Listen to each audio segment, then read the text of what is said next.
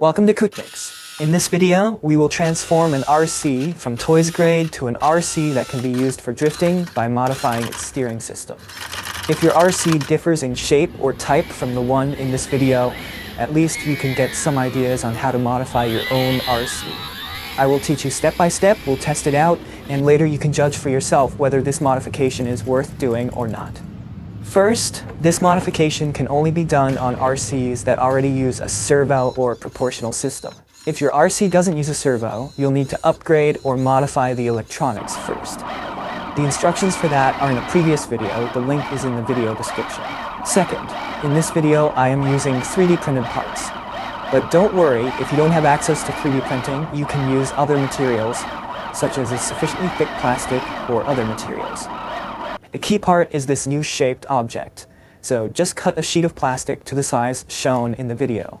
It doesn't necessarily have to be U-shaped either.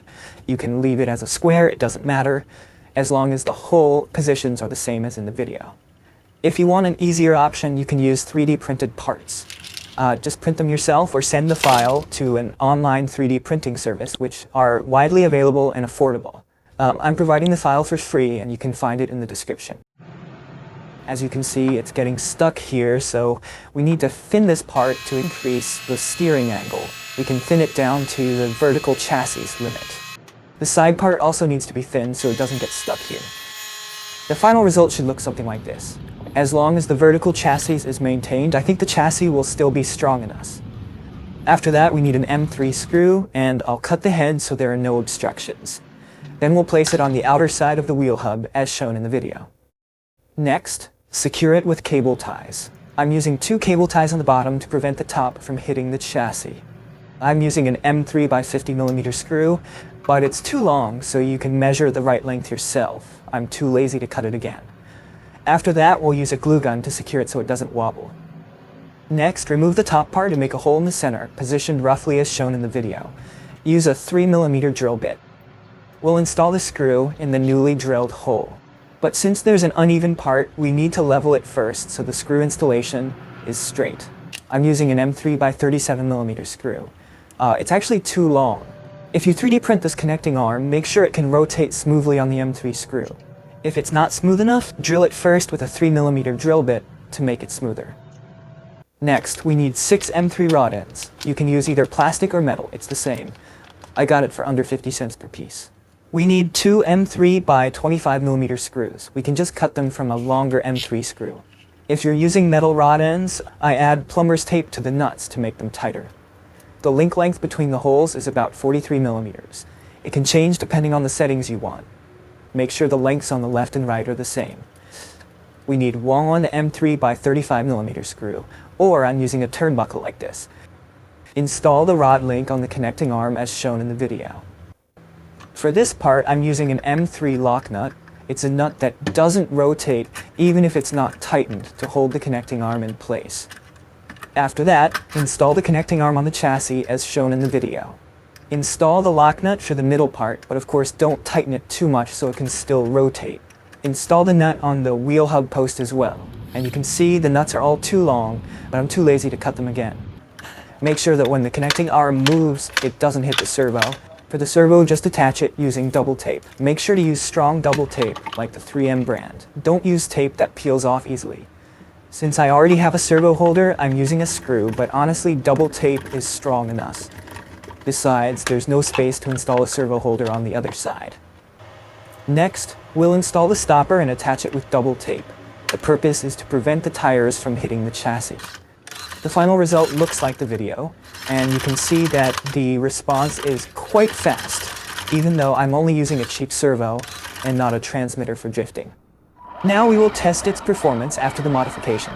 But before that, I want to let you know that the connecting arm has 6 holes that you can try. Just changing one hole can make a big difference in handling. My current setup is like this. You can try it yourself to see which one feels the best. Even the wheel offset also affects the handling. To create camber on the front tires, the method is manual. Just bend it with pliers. Anyway, for the wheels, I'm using standard RC drift wheels with a 12mm hex. To change them, you can watch the video on how to change RC QD wheels. Check the description.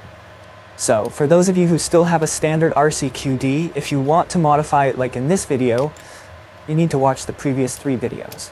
First is how to upgrade the RC electronics so it can use a servo. Second, how to change the RCQD wheels to a 12mm hex if you want more options for tires and wheels, but it's not mandatory. And third, how to install a gyro in the RC. All the links are in the video description. For the differential gear, it's still open or functioning, but for the gaps, I added tissue and filled it with a lot of grease. The purpose is to make the differential gear not too smooth or function like a limited slip differential. And here's the test video. In terms of drifting ability, I think it's quite decent, but don't expect it to be as smooth as drifting with a Yokomo drift kit, Sakura, MST, and other high-end models. For the record, I'm not very skilled at drifting, and it's been a while since I've been on a drift track. So, is this modification worth doing?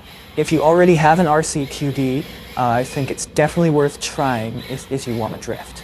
Compared to the stock condition, it's much more enjoyable and capable of drifting.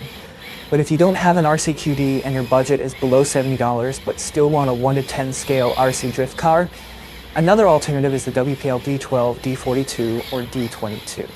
The WPL size is indeed smaller, but we can modify it to match a standard 1/10 scale size, and we already have a video for that. In terms of drifting ability, the modified WPL D12 is easier to control compared to the modified RCQD, like in this video.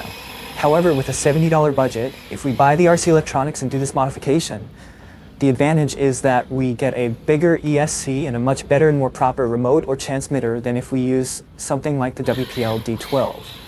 And for the ESC and transmitter, we can use them for other RC cars if we get tired of the RCQD. For those who still don't understand about the transmitter, ESC, and similar components, you can watch the previous videos. The link is in the description. One of the drawbacks of this RCQD is that the front steering hub is loose because it doesn't use a ball end. This reduces the precision of the steering control and also makes it difficult to set the gyro too high, as it'll cause wobbling.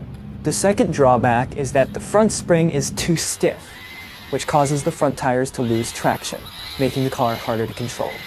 To improve front tire traction, I added some weight. As a note, make sure that when turning fully, the inner tire stays in contact with the ground and doesn't lift off. You can check the total cost needed in the video. As you can see, the most expensive part is the transmitter. But the good thing is that once you buy it, the transmitter can be used again for other RCs. Lastly, if you have a budget of around $120, I would recommend buying the HSP Flying Fish and converting it to RWD if you want to have an affordable RC drift. We also have a video on how to convert the HSP Flying Fish to RWD, but it's on our other channel. So for this modification video, I recommend it more for those of you who already own an RCQD, so you can still keep up with the latest drift modifications. And also, you'll need to practice controlling the car.